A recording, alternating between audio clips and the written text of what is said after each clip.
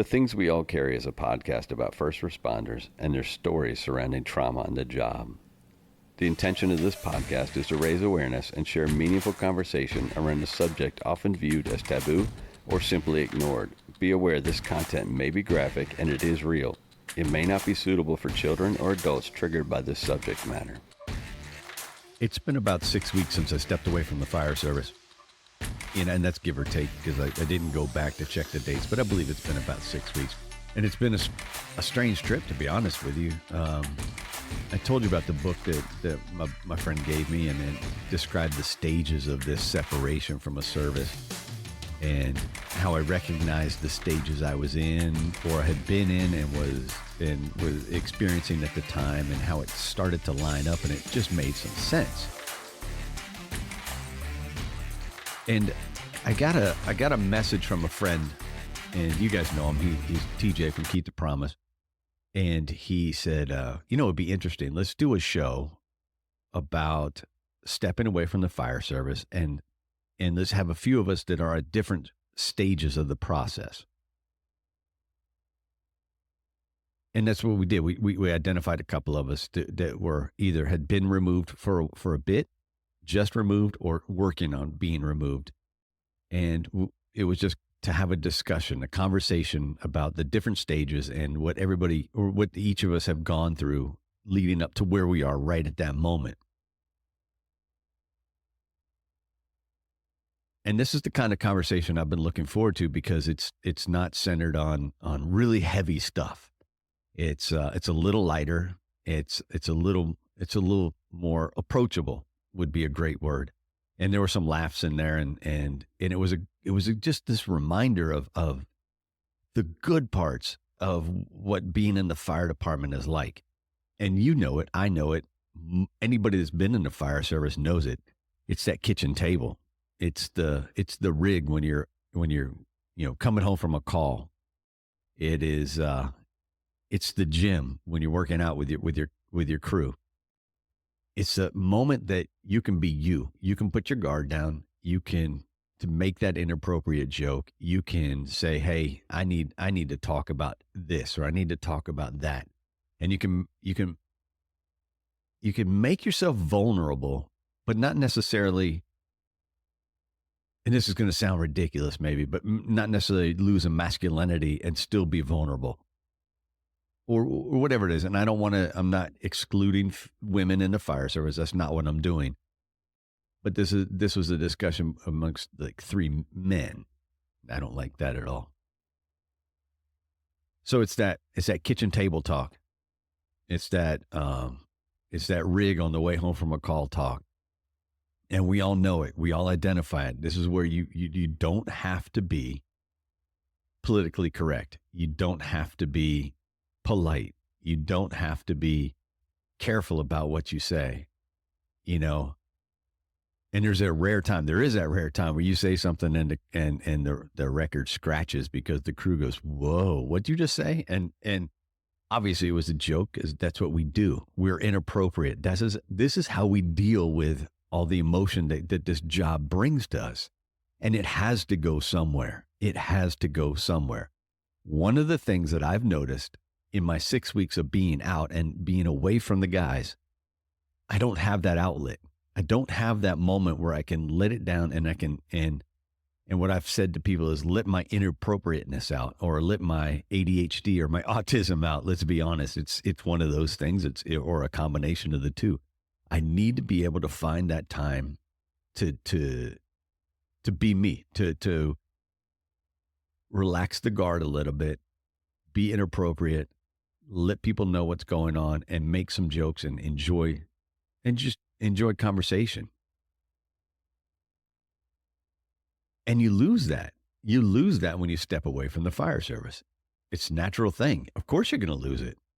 You're stepping away from the crew, and the crew has to go on. That job that they're doing, it didn't end because you stepped away. And if you thought that was going to happen, then you're full of yourself. And at some level, I think we're all full of ourselves. And so out of this conversation that I'm releasing today came this idea of, all right, I need to provide a space that I can do that. And then if I feel like I need to do it, then that means others need to do it. And so I need to find a way to provide that. And so it's a work in progress. It's an idea that's in its infancy. And I'm going to have to figure out how to do it. I do need that interaction. And I don't necessarily need it to be fire department. I just need it to be in that similar vein or that theme of, okay, say what you need to say. Let's talk and let's move on. Let's call each other whatever we need to call each other. Let's observe what we need to observe. Let's make fun of what we want to make fun of. Let's talk shit to each other and then go get a meal or whatever it is. That's what you miss the most when you step away from the fire service. It's not the fires. It's not the calls. It's none of that. It's definitely not getting up early or getting up in the middle of the night to run BS calls. It's that piece. It's that camaraderie. It's that, I don't want to use the word brotherhood because I think it's overblown and I think most of it is just bullshit. But it is that crew mentality of we are in this together, and it's some sort of a trauma bonding as well. And you miss that. You lose that when you step away. And we talk about that in the show. If you don't develop something before you step out of the fire service, you're going to flounder. I floundered. I am floundering still, but I'm starting to find a little bit of a focus, and that's going to help. One of the things I did was I decided to climb back on my bicycle. It's one of the things I neglected in the later years of my fire service because I justified it as saying, oh man, I'm tired. I don't have time to do this. You know, it's labor intensive, which it is. But that's part of why I enjoy it, but it's labor intensive. It's time intensive. And the schedule. I know it was all excuses, but here I am now and I need something. I need a focus. And so I'm back on the bicycle. I signed up for a ride here in October. So I have 6 months to get ready for it. And it's called the Alpine Grand Fondo. It rides out of Harrisonburg, Virginia. And I'm going to do some fundraising, and there's a fundraising team. And if anybody is a cyclist and wants to join in, by all means, let me know and we can form an actual team. But it's a challenge. It's something I've bitten off that I'm going to have to face. I'm going to have to conquer. It's a long ride. It's a brutal ride, but it's given me a goal, and that's what I need. I need goals. I need a focus, and I need a purpose. And so that alleviates some of that floundering. Now, it doesn't replace everything, obviously, but it does start to give you a focus. And so now it forms your day. Now, on top of making a routine for yourself, now you have a goal. And so for me, that is what I've needed to do. And the next 6 months are going to be fascinating. It's going to be exhausting, I believe, but it's going to be one hell of a trip. And you guys can come along for the ride. No pun intended. It will be, there'll be failures, there'll be successes, and it's just like life. It's all about how you react to it and how you push on and move forward from it. So going back to that, you need to find a focus before you step out of the fire service or before you step out of the police department or the military or whatever it is. You need to find a focus. You need to bring back your actual identity that is not something that's tied to the service you did. And this is what I've talked about in the past. Your service is your service. It is not who you are. It is what you do, and it is separate from who you are. And I even let that blur for me, and I preach it. And so that's where I am. I am reestablishing self. And it's not easy, but it's necessary. And so this conversation lends itself to that. We talk about the feelings we had before, as we made our decision to step away from the fire service, the feelings you have as you step away, right after you step away, and where you are now. And like I said, this was an enjoyable conversation because it wasn't centered around any dark themes or really serious topics, and we could kind of be a little more lighthearted. Welcome to episode 114 of The Things We All Carry. Today I'm joined by Joey from Conscious Movements and TJ from Keep the Promise podcast. Both of these guys have been on the show before. Joey most recently in episode 107. And then TJ, you can find him scattered throughout this thing from beginning, middle. Now he's I don't know, 4 or 5 different episodes with TJ. He was one of my original 5 that I released way back when, going on 2 years now. And this was actually TJ's idea, and I give him a hard time, but I got to give him credit because I like the idea. This one is about leaving the fire service and kind of why you leave the fire service and how you leave it and what to expect. Joey's been away from the fire service for 3 years now. He was medically retired, and it's been 3 years now. He's stepped out of the fire service. I'm looking at 6 weeks of being out of the fire service. And TJ is on a journey to finding out how he can leave the fire service and if he's going to leave the fire service. And so the conversation was centered around, what do people need to know when they leave? And this isn't check your investments, check your retirement. That's not what this conversation is. This is more of a, how do you prep yourself from a personal standpoint for retirement or for stepping away from the fire service? And this was an enjoyable conversation. This was one where we had some laughs, and we get down to some of the, individual details about how we decided it was time for us to step away, and the feelings that we had, and how we prepared ourselves, or how we didn't prepare ourselves, how we would prepare ourselves, and how we would suggest people do it. So hopefully some of you are thinking of what your future is after the fire service. And that doesn't need to be immediate, but now is the time to think about what you're going to do after the fire service to set yourself up for success. So give this show a listen. Hopefully you enjoy it as much as I enjoyed recording it the other day. And reach out to any of us. TJ, Joey, myself, we're all open to answering questions. So reach out to any of us. You can find all of us on Instagram. And we're all open and available to have these conversations. And we're willing and kind of eager to have the conversations, because they challenge us to think, and they challenge us to they challenge us to question ourselves and our own path. And so that's enjoyable. And that's just something that we don't do enough of, I think. So anyway, tune in, give it a listen. Let me know what you think. Let Joey know what you think. Let TJ know what you think. And you guys get out there and do something for yourself today.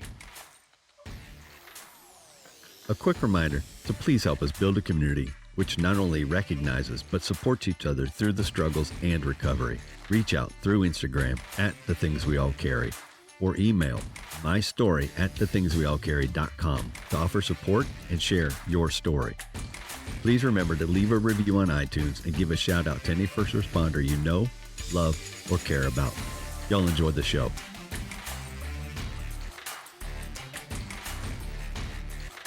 Somewhere. 1000%. I'm going to try something real quick. I want to see if this will play and record, and then we'll go right into it. Hold on one second. So that worked. Amazingly well. Look at you, technology, man. Yeah, I finally used a sound pad. So welcome back to The Things We All Carry. Today I've got two guests that are going to keep me jumping, I think. You know them both. Joey was on, what, episode 107, right, Joey? I believe so, yep. So why don't you give us really brief history, where you are, who you are, and why you're here. Well, I'm up in Panama City Beach, Florida. I was a fireman, paramedic for about 12 years. And a couple years ago, I got out after dealing with some PTSD, some mental health issues. And now I'm on a journey of healing and sharing my message to help others in my position. Perfect. And what's the site that you run and your business, your gig right now? My business is called Conscious Movements, and that was born out of, my struggle trying to recover mentally.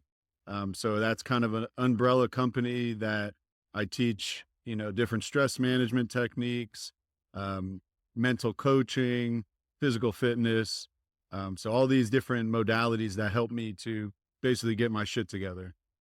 Perfect. All right. And then the face that probably doesn't need an introduction because he's been on this show since the fucking beginning of it all. He was one of my first, if not my first interview ever. And so welcome back to TJ from Keep the Promise. Let's hear a brief background because I know you like the mic.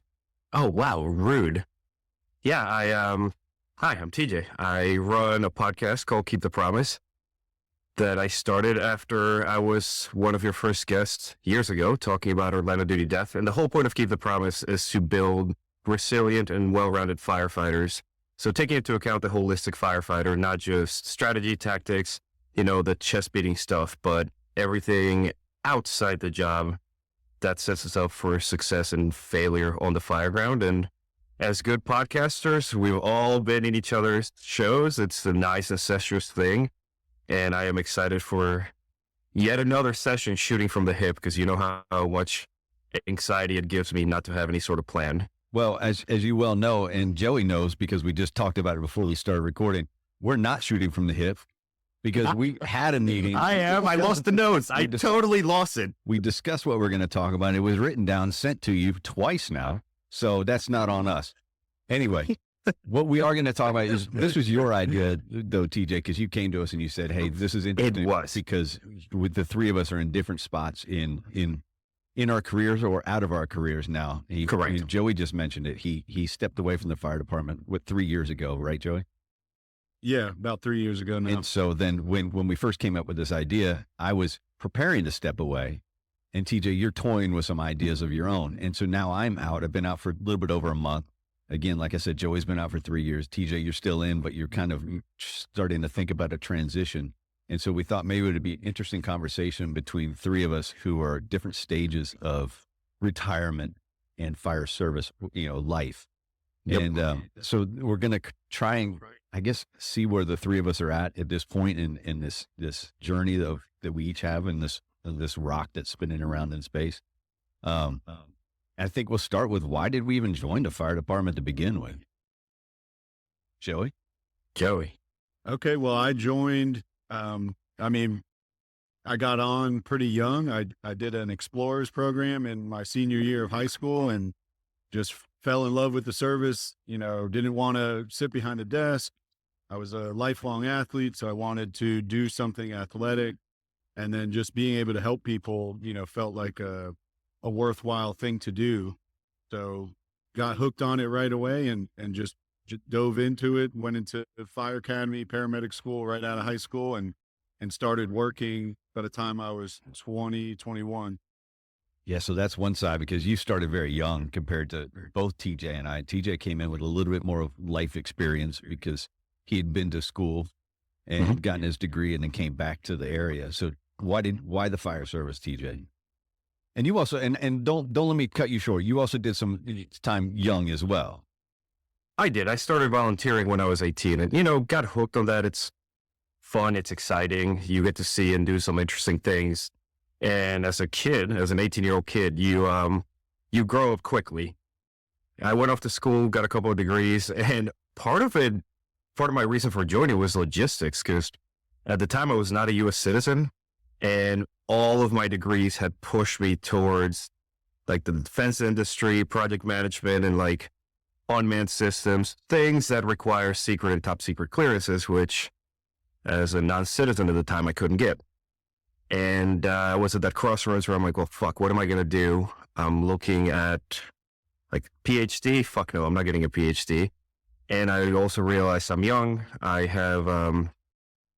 I want to go on an adventure. I want to be able to have these epic stories. And so I applied. I got in right out of grad school. And like I said, at first it was just for the adventure. And then it became the camaraderie, became the people, the lifestyle. It's you get to do and see so many things that the world doesn't even acknowledge. Plus, go to fires is fun. Yeah, they're a little fun. They can be a little fun. Yeah. So, and I started this gig later in life than most people, much later in life than most people. So I spent a lifetime before joining the fire service, and I got to a spot in my life where I thought I could change directions and enjoy something that I wanted to do. And I had been a medic in the Army, and so I decided to pursue some of that. But then I found the fire service was it. And at 44, joined as a rookie in the fire service, having never even I didn't know the difference between a rescue, a truck, and a fire engine. I remember being first 2 weeks in and someone asked me where I wanted to ride. And I was like, let me learn what they are before I tell you what I want to do. But then I mean, it's the same thing. I got in and I took to it and I enjoyed it. And it was thrilling and it was enthralling at that. And my first week as a rookie, as a 45-year-old rookie, I can't even count the number of fires I went to include, being on the nozzle for a 2-alarm house fire on the first day, So, and when that hook is when that hook is set like that, you're hooked, you're in.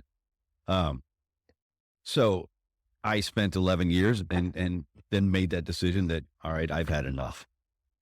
So we each come to this journey from a completely different spot.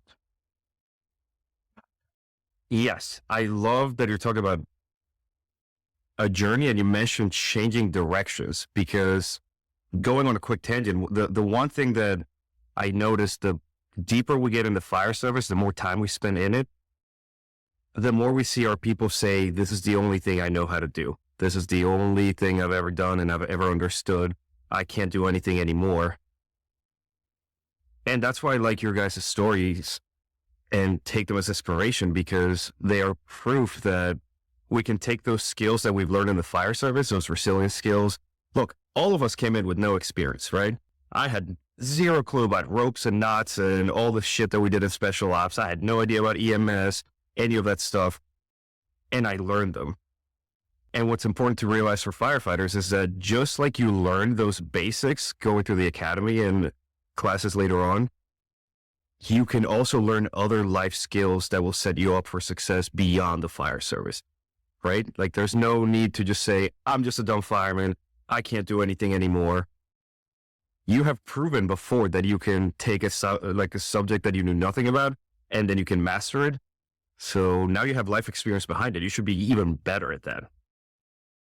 And yeah, and then that's something that's on the list, of talking about those skills that we have as firefighters that we discount. And I hear it all the time. Well, what would I do if I got out? Because people come to me and say, okay, I have 11 years, 12, 13 years in, but I'm burned out. I can't do it. And I said, what? You don't have to stay in. Mm-hmm. And they don't understand that there's a life out there. There's a world out there beyond the fire department. And we do have a skill set that is unparalleled to people coming out of other jobs. I mean, literally people call us when they don't know what to do. And then we show up on scene and we have to problem solve immediately. Yes, because we don't know what to do most of the time. We just take those basic building blocks and we put them together and fix it. Like it could be something that we've never run before. It's like, okay, but our skill is being able to take that step back and break it down into manageable chunks and go from there. Yeah. And you add in that you've got emergency, I guess, resolution skills. You've got management skills. You've got problem solving skills. It's things that don't translate to a degree, but that the degree is unnecessary in most cases. Agreed. Yeah, the skills you learn on the job transfer to anything else for sure. And just if you were a fireman, that people love firemen, right? So that gets you in the door with a lot of people as well, just telling them you were a fireman. So you might be afraid to take a jump because what the hell else am I going to do? I'm a dumb fireman. But you go into an interview, you tell someone you were a fireman for 10 years, you get a lot of respect just off of that. Mm-hmm. So it's a great career to help spring you into other things, as well. So it's a scary thing to do it, to jump, because I was the same way. What the hell else am I going to do? But the skills I learned as a fireman have definitely translated into what I'm doing now. Yeah, I think perseverance is the main thing. Perseverance and not being scared of a challenge. Those are the main things that you take away. Those aren't, I suppose we can call that a skill set. I think that's just something that's, innate in us as first responders. I think that's something that if you didn't have it, we probably wouldn't have been in the fire service to begin with. Yeah. We had taken some notes. We were going to talk about life and service, differences in our backgrounds. I think we kind of touched on that a little bit, but Joey, tell me a little bit about your time in the fire service. What was that like for you? What did you do predominantly, and how did you find your way through it? Well, I worked for a ALS transport department. We're fire and EMS. Like most fire departments, though, majority EMS calls, or a couple fires here and there, but the majority of it was running medical calls, car accidents, heart attacks, all that kind of stuff. So what was the question again? I'm sorry. Just trying to get a feel for the time you were in the 12 years, correct? Mm-hmm. What that was like for you. Like, I know that it was busy. I know that you experienced your own set of traumas, and we don't need to go into your own set of traumas because you had your own episode, and people can go back to episode 107 and see, and listen to your story and get the nuts and bolts of your story. But I kind of just wanted to touch on what you did in the fire service and what your role was, what you saw your role as in the fire service.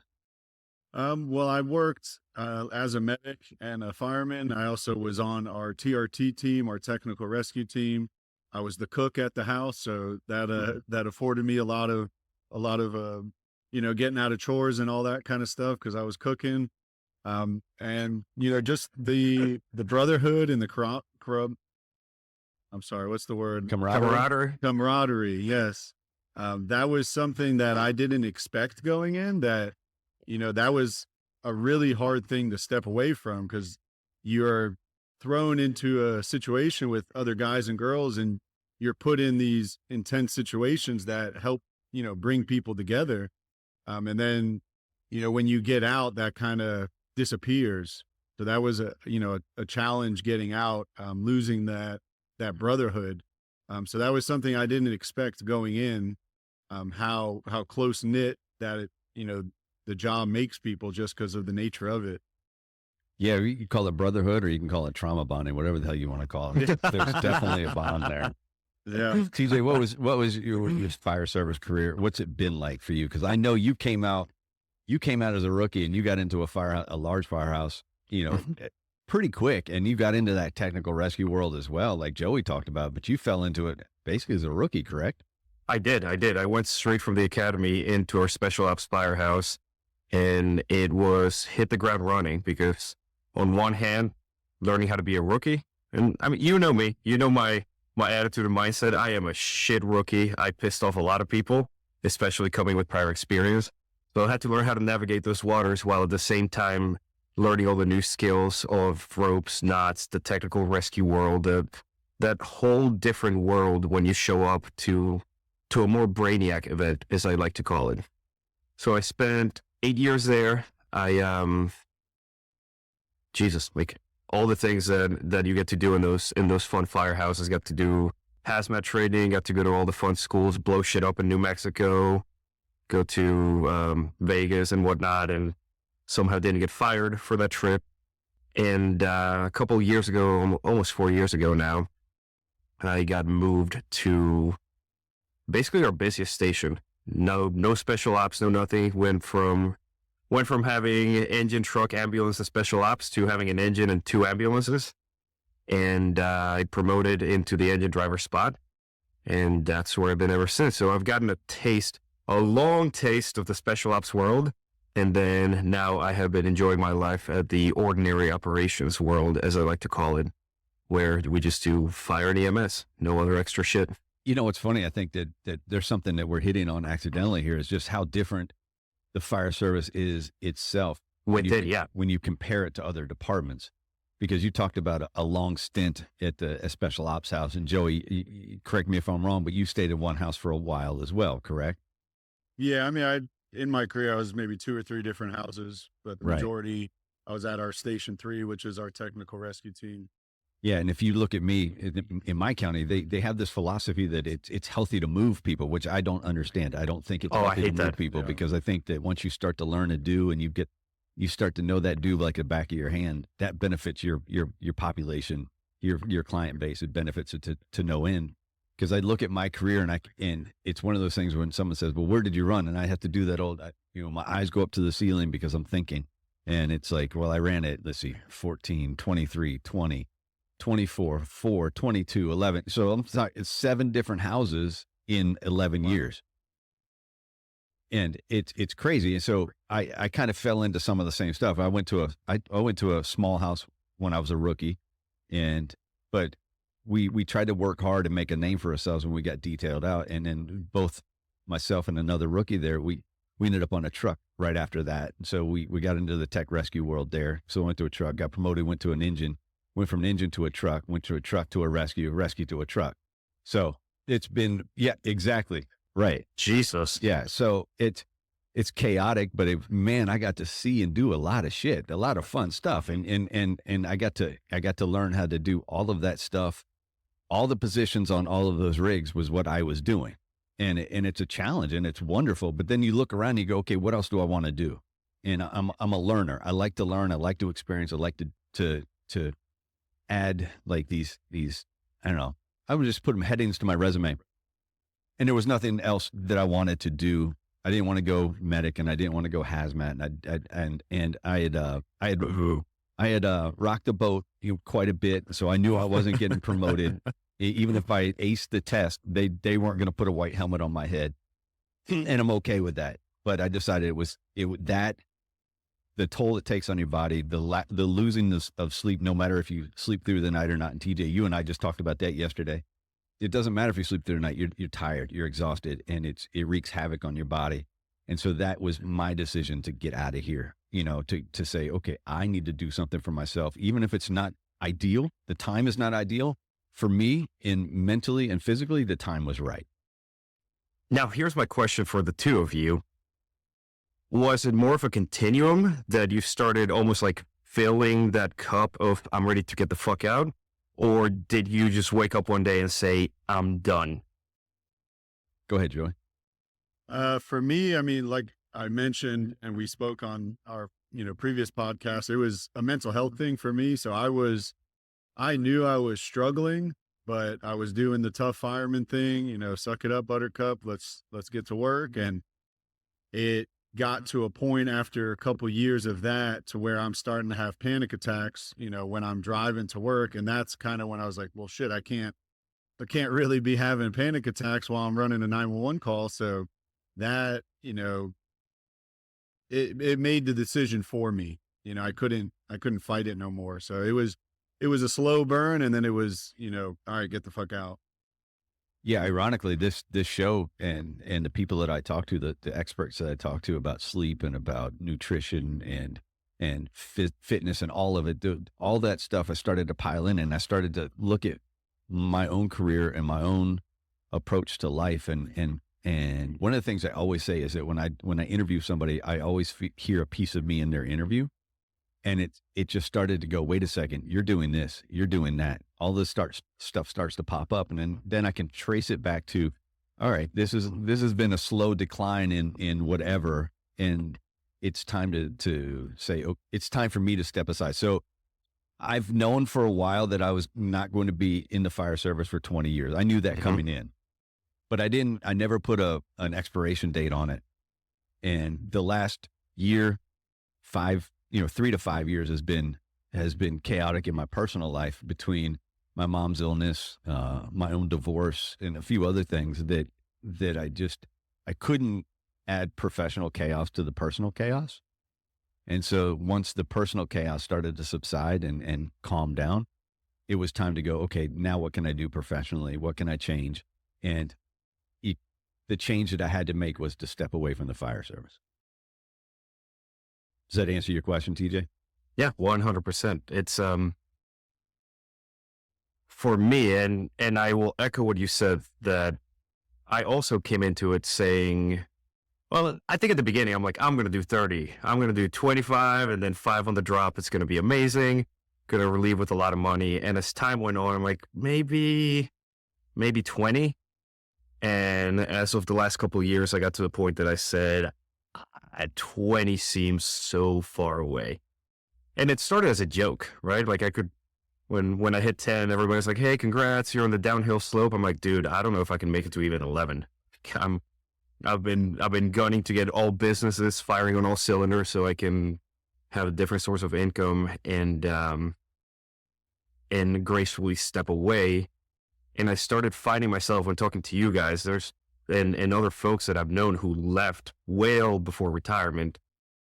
I wasn't, that typical firefighter attitude of like, what a shitbag. You couldn't hack it for 20. You couldn't make it to retirement. When I talked to both of you guys, and when I talked to a couple other friends, a couple classmates who left early, I was more curious.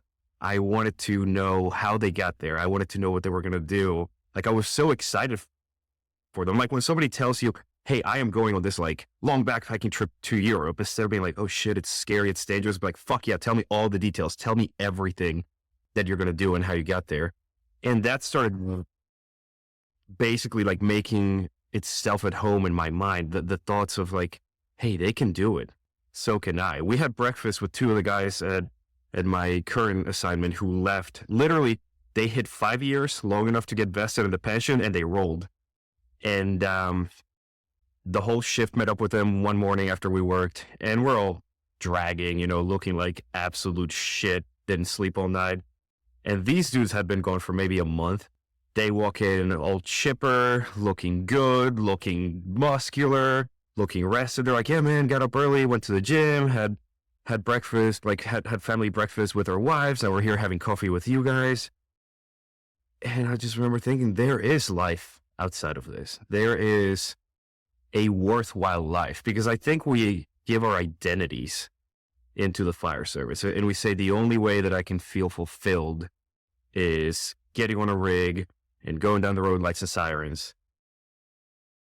But I think that's a myopic view, because we fail to look around in the world and see the other people who are living happy, fulfilled lives without the need to put themselves in what we're doing. And I'll be honest with you, like you guys both know my story. My whole world changed when we lost Nate. That was when shit became real. That's when it stopped being fun, because that was a very stark reminder that firefighters die. And it is not a glorious thing. It is not bagpipes and draped flags. It is grieving families. It is firefighters who are second guessing every fucking decision they made that day. And it is a lifetime of questions that will never be answered.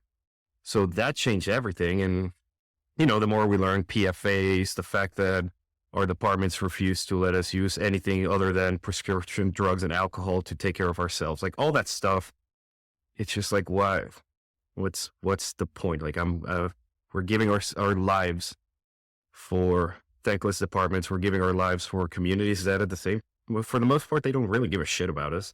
And there's more to the world. We get one shot at this, right? Eminem said it, or everybody says the same thing, but like it's one trip on this world, bro. And I think it would be ludicrous to say, I only have one identity. I only have one thing that I want to do, and that's all I'm ever going to do. I think it's important, like you guys said, to be able to chase directions and grow and always keep learning. Well, and to that point, when you do make that decision, it is nerve-wracking. Right. How is it? It'll scare the shit out of you. Well, first of all, there's an anticipation, and my rookie who gave me a book, I don't know, it was a while ago when he knew that I was trying to transition away from the fire service, he gave me a book, and it's that one right there. It's called The Excommunicated Warrior. Okay. And it's an easy read. It's a Marine who's a force recon guy, and he had stepped away from the Marines after 12 years. And he goes through these stages, and I had started reading the book when I was still in the fire service, and it didn't resonate as much as it did when I started reading it after. And I found it the other day, and I picked it up and I read it. It's one of those books you read like one half one day, one half the next day. Yeah. And he talks about the stages, and the first one was apprehension. And I started thinking, all right, yeah, I've definitely had that apprehension where you think, okay, I'm going to get out, but what am I going to do? How am I going to make money? How am I going to do this? And it is the long stage leading up to that decision. And it creates some worry. It creates, well, just like the title says, apprehension. And you get to that point, you kind of celebrate it. You're ready to go. You're ready to go. You're ready to go. But you're still in the back of your head going, why am I doing it? Why am I doing this? Why am I stepping away from a guaranteed check every 2 weeks for a job that really doesn't ask me to do a lot? Right. And that's the biggest misnomer of the fire department. People are like, oh, you're always getting your ass kicked. No, we show up, we work out, we run calls, we eat. That's what's expected of us. And then there's some bullshit paperwork. Yes. But ask anybody that I worked with or for, they'll know that I didn't care about paperwork. So there's not a lot asked of us other than to run calls and do your job and be proficient. But to be proficient means you're going out and you're doing the things you like to do anyway. Mhm. So the apprehension was there, and I know it built for me. Joey, what did it build for you as you decided? And I know yours is a little different because yours was you had some issues going on through trauma and PTSD and all that kind of forced you out, but you still had some sort of apprehension leading up to it.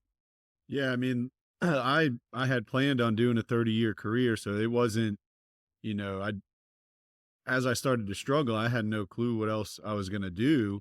And even when I was treating, my goal was to get back on the line. I never had planned on getting out. So, yeah, a lot of apprehension, and that was kind of my experience while I was on light duty for about 6 months or so. I'm there, just doing janitorial paperwork, whatever, running stuff to the stations. And each day thinking, well, shit, I can't wait to get back on the rig. I want to run some calls and all this stuff. And then it started to, as I had time away from it, I started to be able to observe not only myself, but all the other guys who were still running the calls, still doing the job. And I just started to see the toll it was taking on them.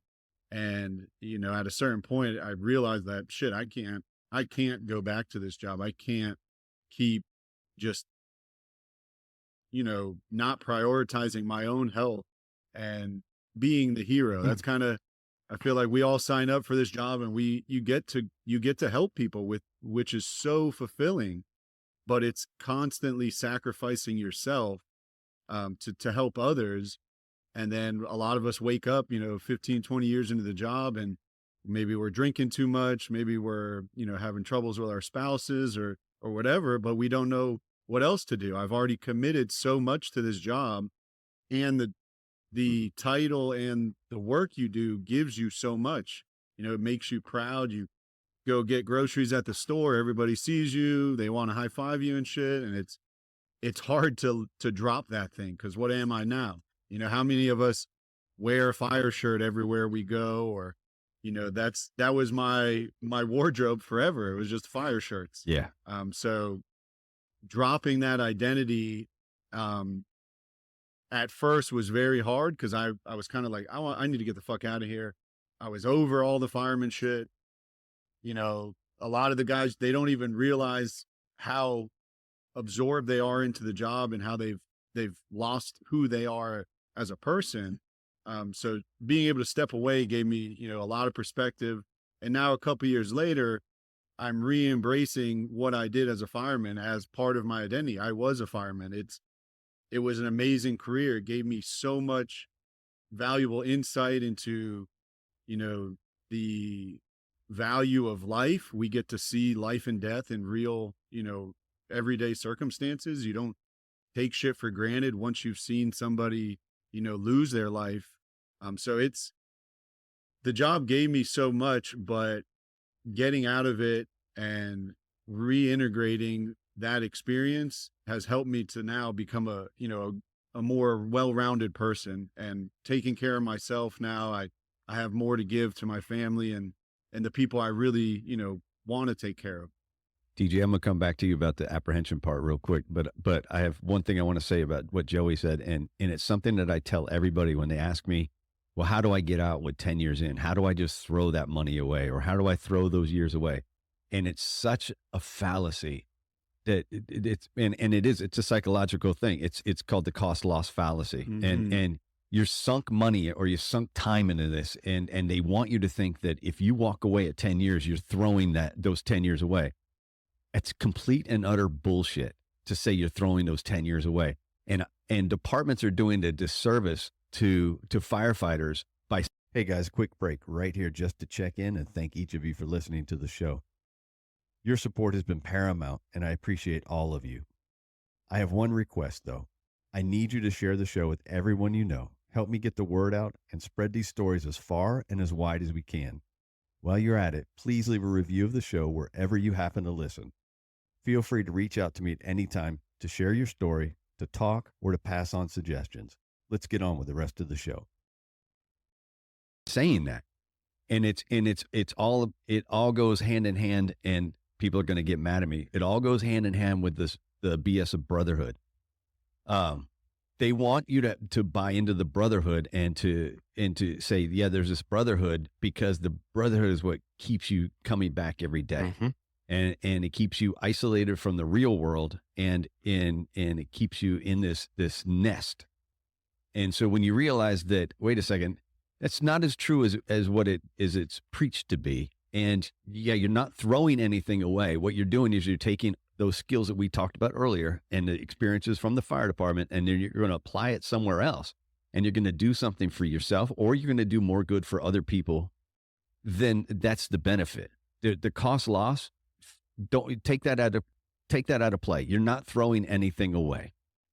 You're changing your direction, and you're modifying your life in some manner, but you're not throwing anything away. You're going to capitalize on what you've learned and what you've experienced, and it will pay dividends for you if you just start and you take the jump. If you do it, yes. Yes, if you take the jump.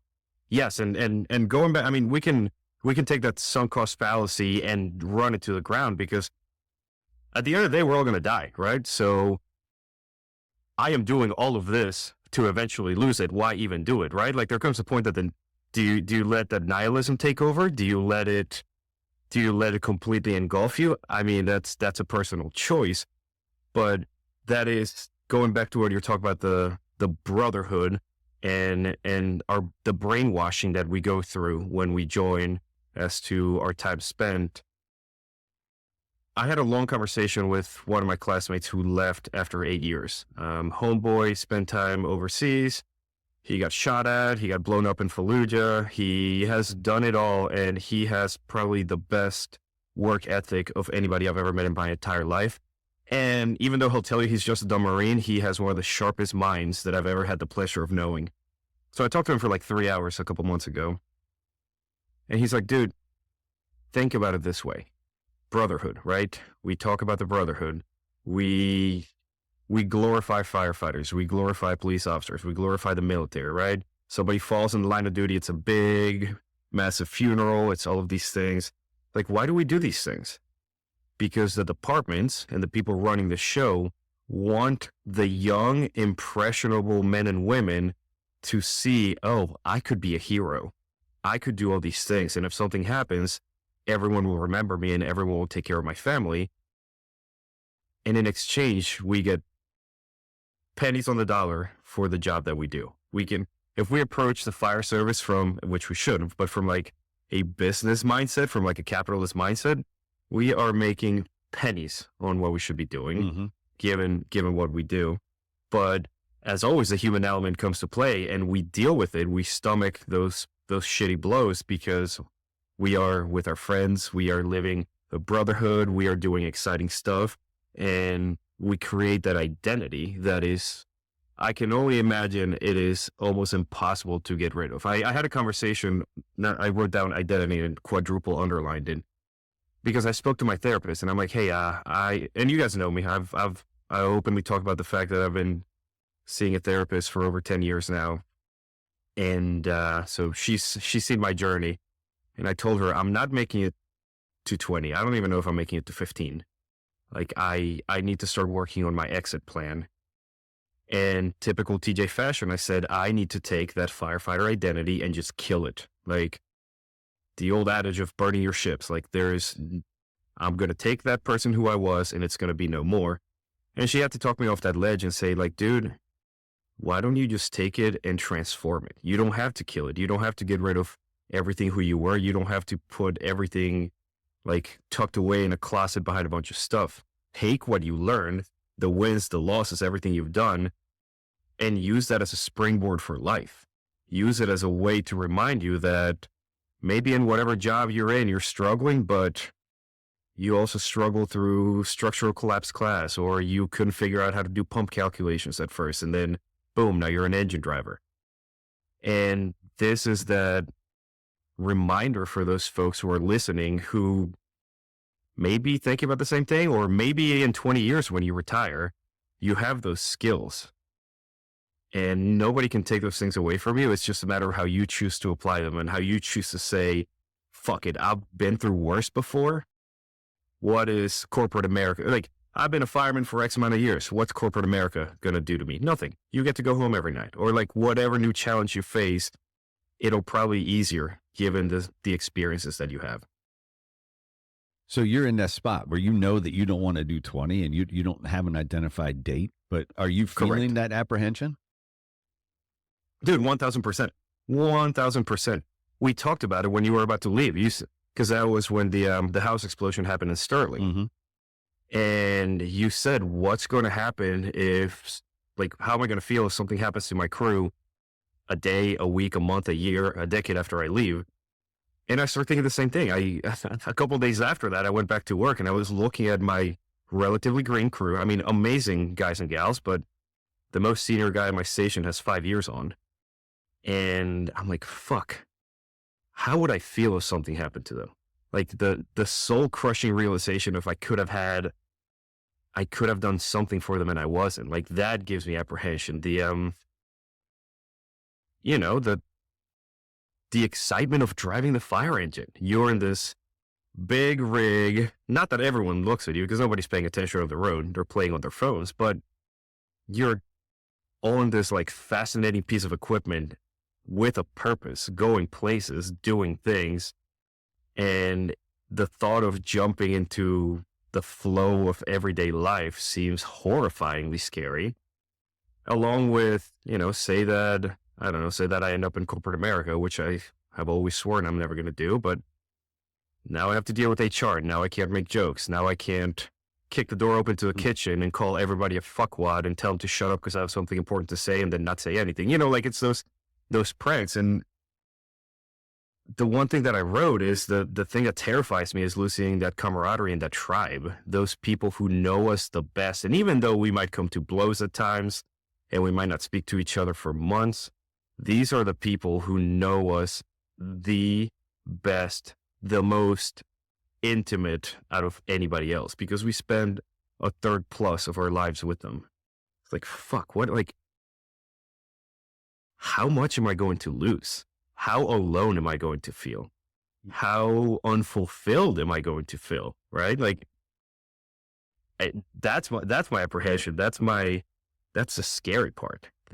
But at the same time, I've started feeling alone and isolated within my own department. Right. The old timers always said, you will know when it is no longer your department. And I'm starting to feel that way. And at first I was like, fuck, it's too soon. It's too early. But we all know that everyone's different. Not everyone's made for 20, 30, 40 years. Some people feel that at year 5. Some people feel that at year 41. But you get to a point that you say, it's been a fun run. It's been an adventure. Time to think about other stuff.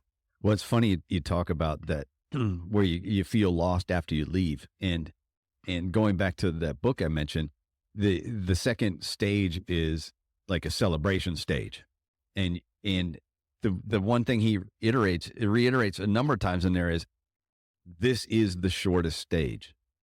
That celebration stage is the shortest stage. And when I said that I didn't understand that when I read it before versus when I read it after leaving the fire service is a complete understatement. I did not understand it until I read it again after leaving the fire service. And I went, I fucking understand that, because TJ was at my retirement party, and I hesitate to call it that, but he was at the going away party. It was a rager. Yeah, it was not, because it was at a brewery, but I wasn't drinking. So anyway, so you have that, but you wake up after that and it's gone. The excitement's gone, because now it's, what the fuck do I do? It's life. Now you have to struggle. And I know that it's cliche to go, well, it's all about the struggle and that's where you grow. And I know that's where you grow, but you still have to fucking struggle. You still have to get to it. And I don't know, I can only speak for myself, but I know that was the shortest stage. I woke up one morning and went, oh, it's all done. I'm out. And you know what? They've forgotten about me. And that's what it's supposed to be. And that sucked. That realization sucked. Joe, what'd you find? Yeah, I feel like that's a hard pill to swallow, because we've already mentioned it multiple times, the brotherhood, the camaraderie, all, rah, rah, rah. But once you're out, you're fucking out. That brotherhood kind of disappears real quick. And it's almost like we do it to ourselves. We're so like tribalistic with it. You know, you're in the group, you're a part of our group right now. You're a fireman. We got your back. Let's do all the brotherhood stuff. But now when you're not a fireman anymore, well, you're not a part of the group. And that was a hard pill to swallow for me. And I, like you said, that second part of celebrating is very short. Once I finally realized I was getting out, it started to dawn on me, well, shit, I get to be home every night. I get to sleep every night. I don't have to be on these calls where I could get hurt or, someone on my crew can get hurt. And that was great for a bit. And then you're like, well, what am I doing now? Yeah. And the job gives you such a purpose, self-sacrificing service is so rewarding. That has been my journey now is how can I feel that purpose again? Because the fire service gives you that purpose. You know what you're doing. You don't have to, plan, oh, what am I going to do today to help this person, or how am I going to make money, or this or that. You show up and you already know what you're doing. Mm-hmm. Someone's going to call and you're going to go help them. And it's that simple. So that I can definitely relate to that part of getting out and celebrating, and then reality hits again and you're like, well, shit, what do I do now? Right. TJ, you raised your hand about something like I did. Like you're in kindergarten, but go. Oh, yeah, that's my mindset. I'm a child. The morning after the party, right? The morning after the celebration, when you wake up and everything's quiet and your new life realization hits you like a fucking ton of bricks. How much of that is the oh shit moment, and how much of that is, oh shit, I have a wide open road in front of me, let's go? Nah, they're both scary as fuck. And it's probably equal amounts. You get out, like I said, you have that brief moment where you celebrate, and then you wake up one morning and go, oh, wait, I'm not getting the check today, or I'm not getting this today. And then you look at it and you go, that road is wide open, like you said, but it's up to me to drive the car down that road now. Whereas like Joey I think hit on it a little bit. Mm-hmm. When you go to work and you go to the fire service, you go to your department, you get on your rig, you know what you're doing. It's being driven for you. I mean, unless you're the chauffeur, but it's being driven for you, basically. Your day is being driven for you. When you get out, you're driving everything. You're in charge of everything. You're also responsible for every failure. See, and this is maybe from an outsider perspective, but that sounds intoxicatingly amazing, because you are responsible for everything. And like, we all want adventure. We all want to be tested. What greater test than to be responsible for absolutely everything that you do in life? And I'm not saying that that's not there, but, and I keep referencing this book. The next part of that book was this next stage is kind of the big bowl of bad emotions is what he called it. You start really getting, you kind of battle some of that negativity. Well, what the fuck? Everybody left, and you left, but everyone else has disappeared because of what it is. And I understood that. I didn't identify some of those feelings very well until I read the book again, and I said, okay, no, wait a second. That's what it is. Get out of your head, get out of your own head. And so you do lose. I don't care how hard you try not to create an identity in the fire service. You create an identity that's wrapped in the fire service. Tell me you don't, and I'll call you a liar. I don't care. Yeah. Because once you leave, you'll find out how much of your identity was wrapped in the fire service. And so it is scary for that purpose only, because now you feel like, okay, you're trying to find the way to do it for yourself, when for 10, 12, 15 years, it's all been done for you. Yeah, I feel like that identity part is the biggest thing that holds people back. And it's almost like TJ, you're, thinking about transitioning out. It's almost like if you're a fireman and you're thinking about getting out, you need to ask yourself, who am I? What other things do I do? And if you're like most of us, when you're in, all you do is fireman stuff. You look like a fireman, you wear fireman shit.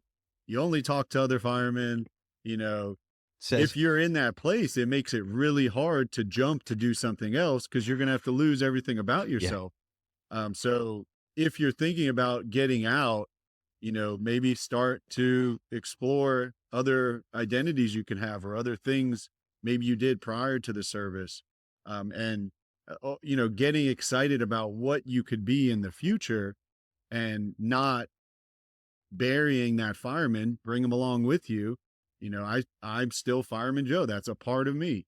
But it's been, you know, part of this transition growing into who I really am. And as I identify more as just, you know, Joey or conscious movements or whatever it is, it allows me to live a, you know, a more fulfilled life. I didn't realize how trapped I was as a fireman.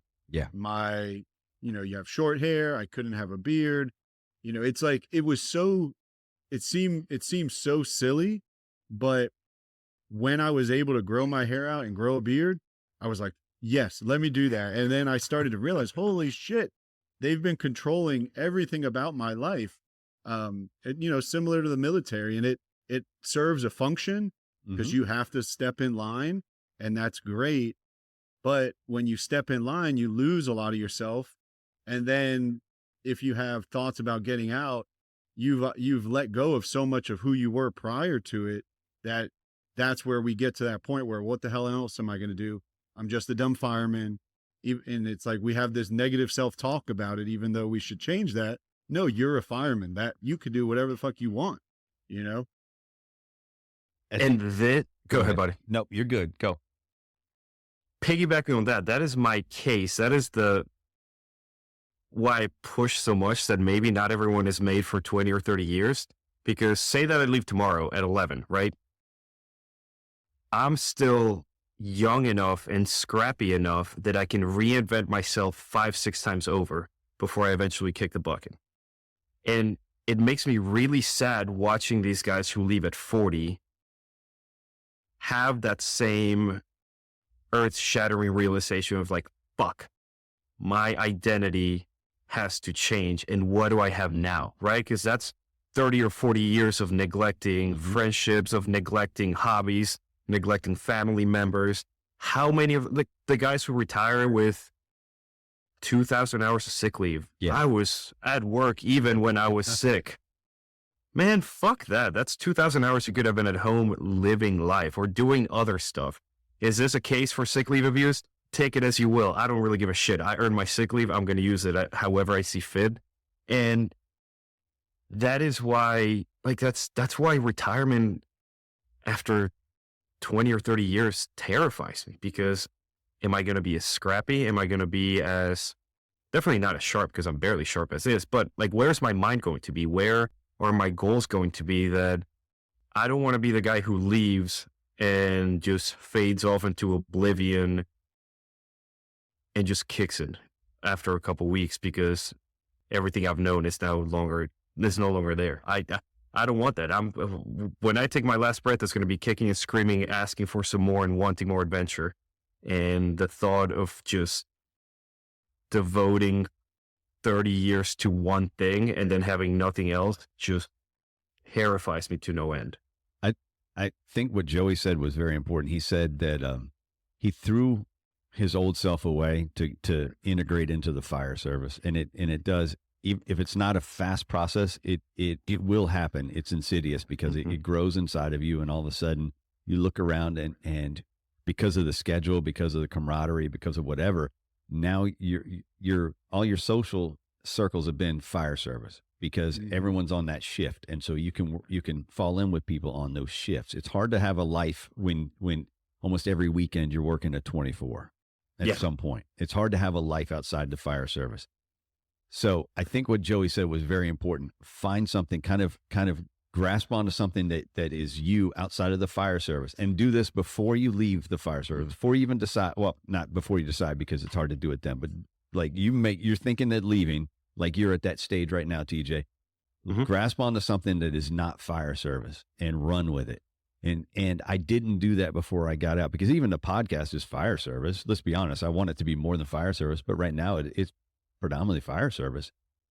And so what I did last week is I sat down and went, what have I neglected in these years that I've been in the fire department? And it was a really easy decision, or a real easy answer.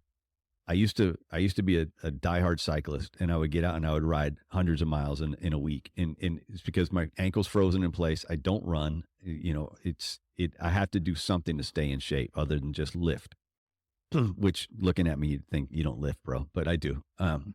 Anyway, so last week I said, fuck it, I'm going to sign up for this ride. And it scares the shit out of me because it's a big ride, but I'm going to do it because I need that focus, and I need to find that piece of identity that is not the fire service anymore.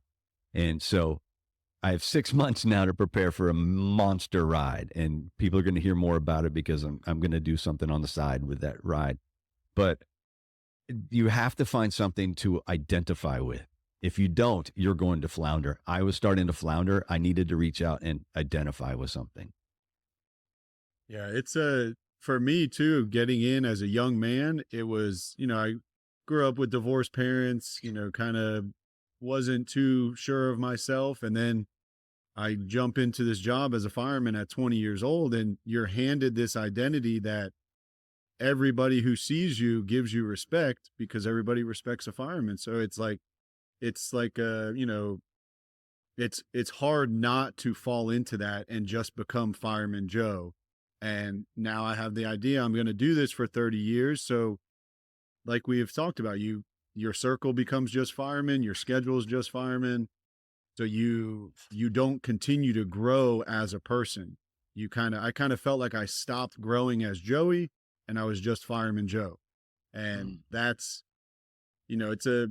it's a detriment to your ability to serve others as well as yourself.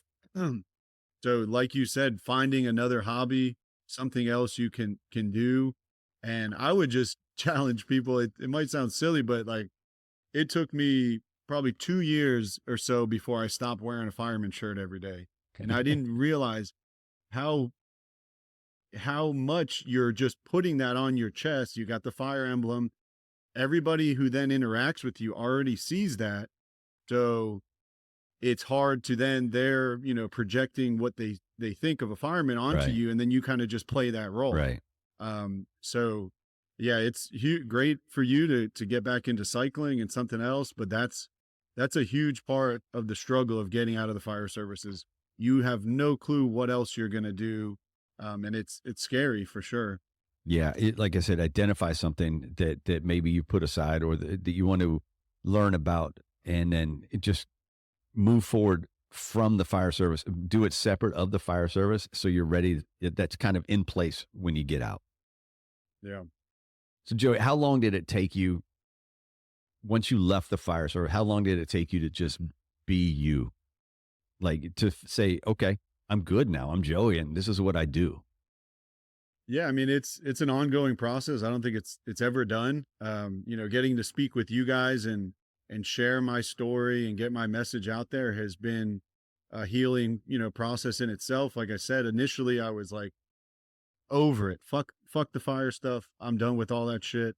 Now, a couple years later, it's like, no, that was an instrumental part of my life, an instrumental part of who I've become. So how can I integrate it and bring it into who I am now, and take everything I've learned and allow it to become, help me become the best version of myself. So it's an ongoing version. I think if you're once a fireman, you're always a fireman, and that's a great thing. But it just becomes a piece in the bigger puzzle of who you really are. TJ, what's something that you would set yourself up with outside of fire service before you leave? Just anything in general, or like money making, or No, not necessarily money making, but something you can say, this is me, not fire related. oh my God. How do you transfer to not be Fireman TJ? First of all, shave that hideous mustache off. It is not hideous. You take that back, young man. This thing is amazing, and it has been through so much. Strikes fear in children everywhere, but go ahead. Yeah, like we show up to an alarm at a elementary school. I'm like, guys, I got to stay in the rig. Can't Yeah. go in there. Oh man, that's a tough one. Wow. You haven't stumped me this hard since the first podcast that we recorded. I think I would go, I want to set myself up with the leatherworking that I've been doing, Mm-hmm. asterisk, not fire department related. Ah, You know so me. BDSM. Yeah, I mean, leather daddy, duh. That's, I wish I had my leather daddy mug somewhere. I think I left it at the firehouse. But in all seriousness, I have been so burnt out of shields and radio straps and chin Mhm. straps and all this stuff that I want the time to let my mind do other things. And you know me, I'm a serial entrepreneur. I come up with a half-cocked idea for a business. I wrote down a couple of them that we can start later on so we can chat.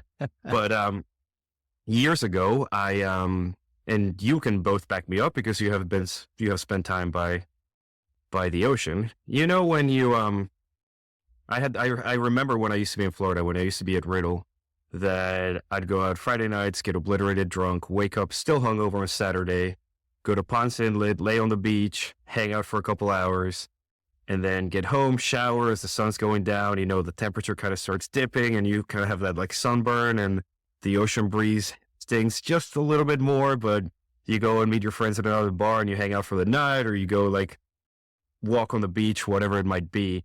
That feeling, like that entire experience for me encapsulated into the idea of making basically beachy flip-flops and all sorts of just like off-duty gear.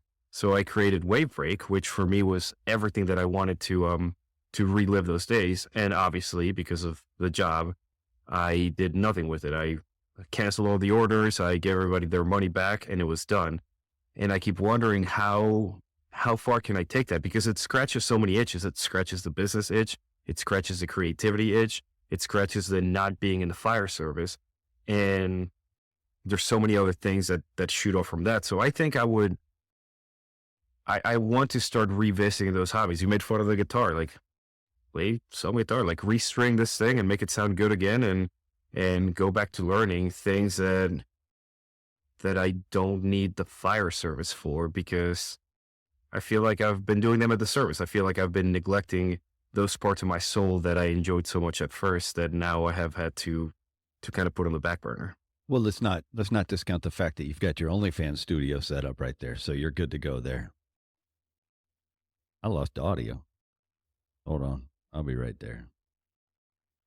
Hey, there we go. I'm back. Oh, great. Yeah, I know. Sorry, disappointed. No, I love the fact that you were making fun of my OnlyFans at the perfect time that your mic went down. That's karma, bro. Well, I mean, I won't put the address out, so everybody can just search it for you. OnlyFans.com/leather daddy. Yeah, yeah. So, wait, does that exist? Yeah, I don't know, but I'm sure you'll find out.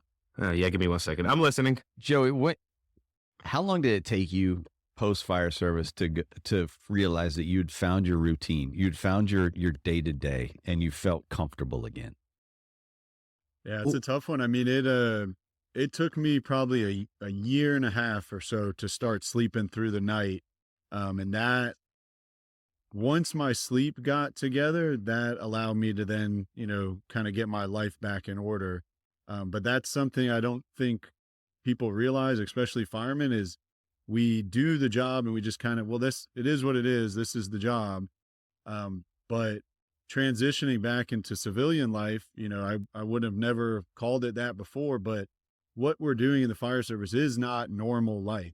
No, It's no. not what most people are doing. So it took me a year and a half to get my sleep right. And then realizing that, I wasn't going to go to shift and see some crazy thing, and have that high and then have the low after it. It started to become like, okay, well, my days are my days. I get to do what I want to do. I get to be with my family. I get to have dinner every night. I get to go to bed with my wife. I get to kiss my kids goodnight, all that kind of stuff. And I'm 3 years out now, and it's I'm able to make my schedule how I want, and not have all my time being diverted to the fire service. So it takes some time and it takes some intentional effort to create that. But once you're not giving so much of your time to the service, it opens you up, and it's like we kind of scared or said, it's scary because now you have this big open road and you have no direction, but it's all on you. So, that's once you switch your mindset about it, it's, well, great. Now I get to create whatever I want to create. So it took some time, but I'm so glad that I got out. I'm so thankful for my time in the service. But being able to prioritize myself, my mental health, my family, I'm glad I got out when I did. And I think that's been kind of the tough part for me is identifying what my routine is going to be. And, in order to be successful, everyone needs a routine. It's kind of funny. You think that, oh no, I'm going to get out and do my own thing. Well, your own thing has to revolve around a routine, or you're not going to get anything done, or you're not going to succeed at getting anything done, at least to the level you need to. So identifying my routine has been the toughest thing, and I'm not even there yet. It's been about 5 weeks since I stepped away, and there's no way I can have my routine in place yet. Yeah. And some on that, to interrupt you real quick, go that for was it. super helpful for me was, about building that routine. I started to fill my schedules with the stuff I wanted to do. Yeah. And that was like, it seems so simple, but prior to, when I was a fireman, it was just, well, my schedule was basically, you saw every third day I'm on shift, Mm-hmm. and everything else revolved around that. Mhm. But once you get out and you're not tied to that schedule, okay, what do you want to do? So it started to be, going to nature here, going to go surfing this day, doing jujitsu this day, hanging with the family. And then with what I'm doing for work now, I work for myself. So I'm able to schedule my work around the shit that I want to do. Yeah. So that was super helpful in, reestablishing who I was, what I want to do with my life, and creating that new identity. When we first talked about doing this show, and we had it was about a 45-minute conversation. That one, I loved what you said there. Schedule what you want to do versus what you have to do. And I love that piece of advice. And that's something that I'm, like I said, I'm learning to do, and it's definitely a piece that I have to take to heart and figure out. And this whole bike thing is the first step to that. And that does start to set you up for some success, because that mental health that you get from doing what you want to do feeds into then doing what you need to do. Absolutely. TJ, you had something to say?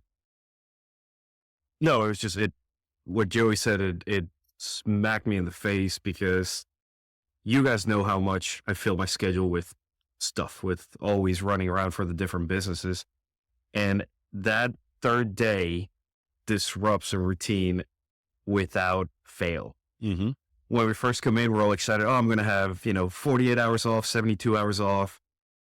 And then you start chipping away those hours. Like, okay, like the first couple hours, you have to make your way home, Mm-hmm. and then maybe eat something, and then maybe take a nap. All right. So you just took out 4 hours of your 48.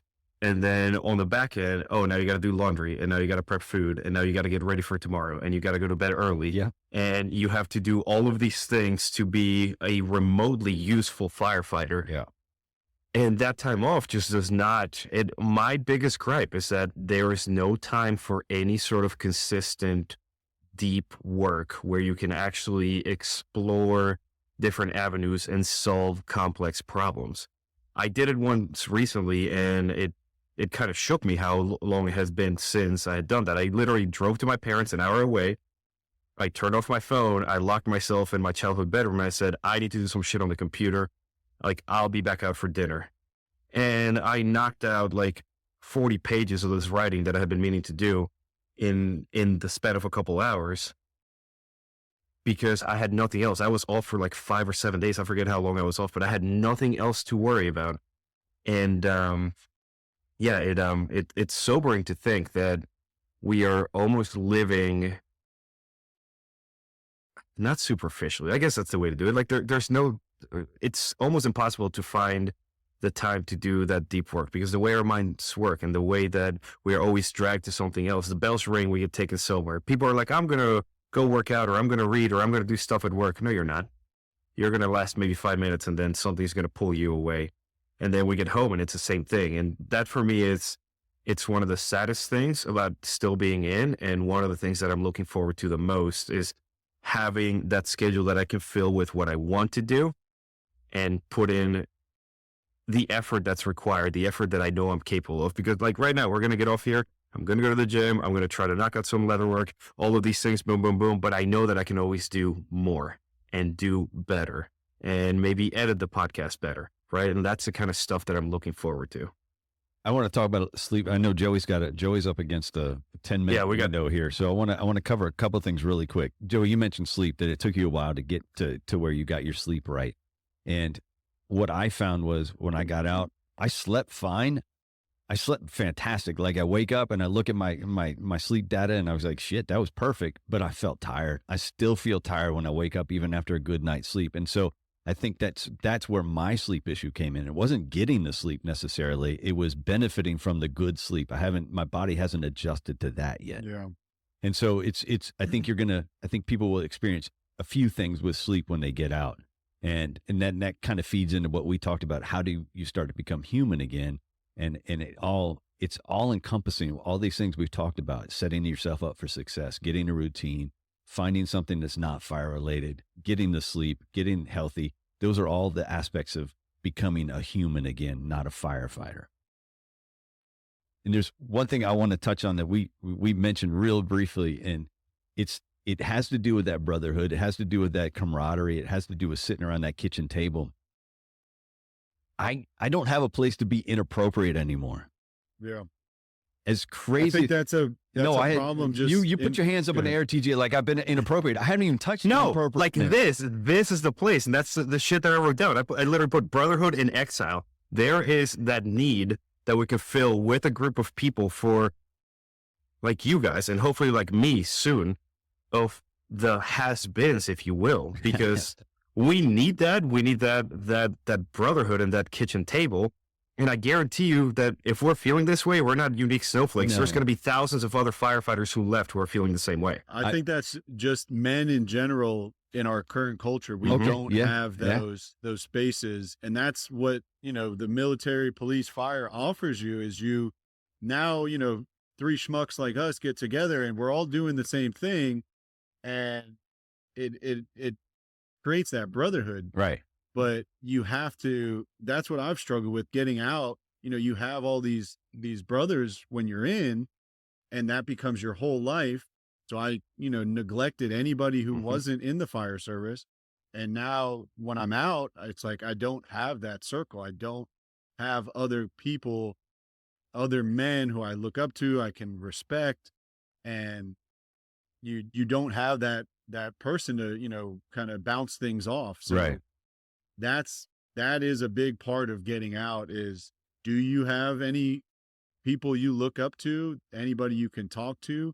Cause the fire service gives that to you, but once you're out, you're kind of not invited to the table no more, Yeah. I made a joke the other day and I got some looks and I was like, I told you I need a fucking outlet. I need somewhere to be inappropriate. And because when I step on a rig, I know I can say whatever I want. And the more inappropriate I got, they didn't bark. They were like, all right, I think I'm going to not say anything now. And I'm like, okay, don't say anything, but I need to be able to say it. I need that outlet to say what's on my mind, whether it's right, true, or whatever. It doesn't matter.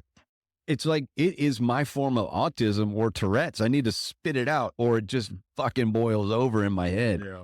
It's funny how it's like the service, we're kind of a little toxic in the way we're not vulnerable with each other, but the table, the rig is a safe space. Yeah. You can really say whatever you want without judgment. Yeah. And I don't know how you create that elsewhere. I mean, luckily we found each other. And I mean, I think that's just a big part of it is finding that somewhere else once you get out. Cause it's definitely going to be a missing part. Right. And so maybe it's I don't know, I'll open a live up every Wednesday afternoon and I'm in. we'll just bullshit a little bit and we can talk about world events and bash both sides left and right and solve every issue we have. Yeah. That's something real quick though. Like we talk about people getting out and what can you do to prepare, finding another identity.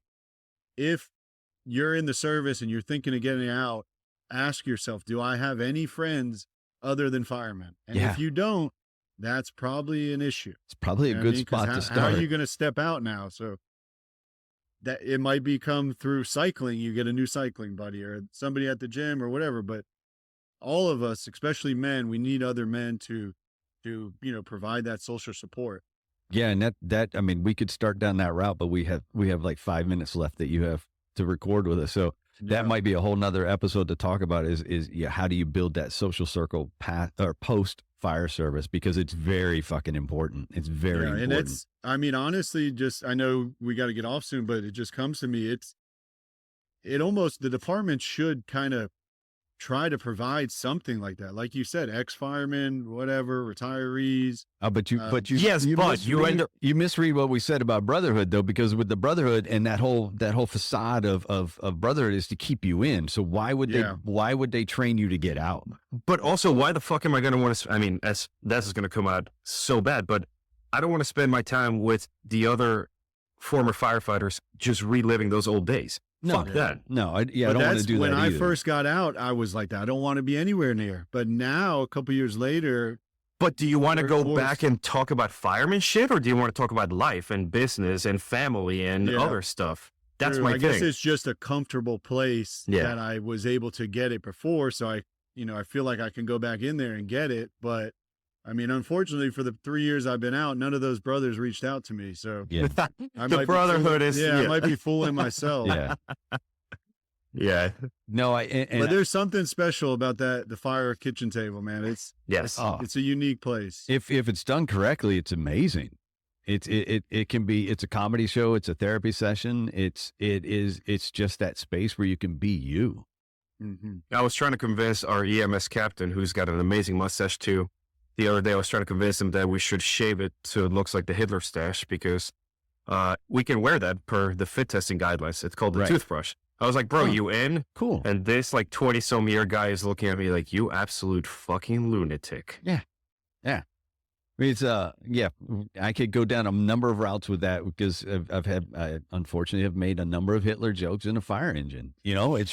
It's what you do. Oh my God. Dude, you got to cut this shit out of the episode. We're going to get canceled. Listen, I'm not going to get canceled because I don't have an audience, so it doesn't matter.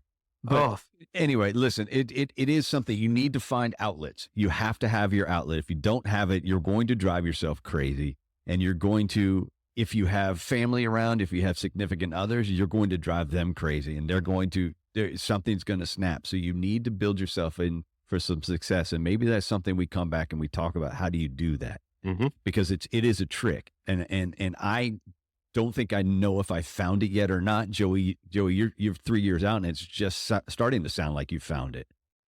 And so maybe that's something it's, I was just going to say, I'm 3 years out and I'm saying you need to do this, but I'm still lost. I'm still, hey, you're ahead of all of us though. That's a thing. Like that's where the mentorship comes into play.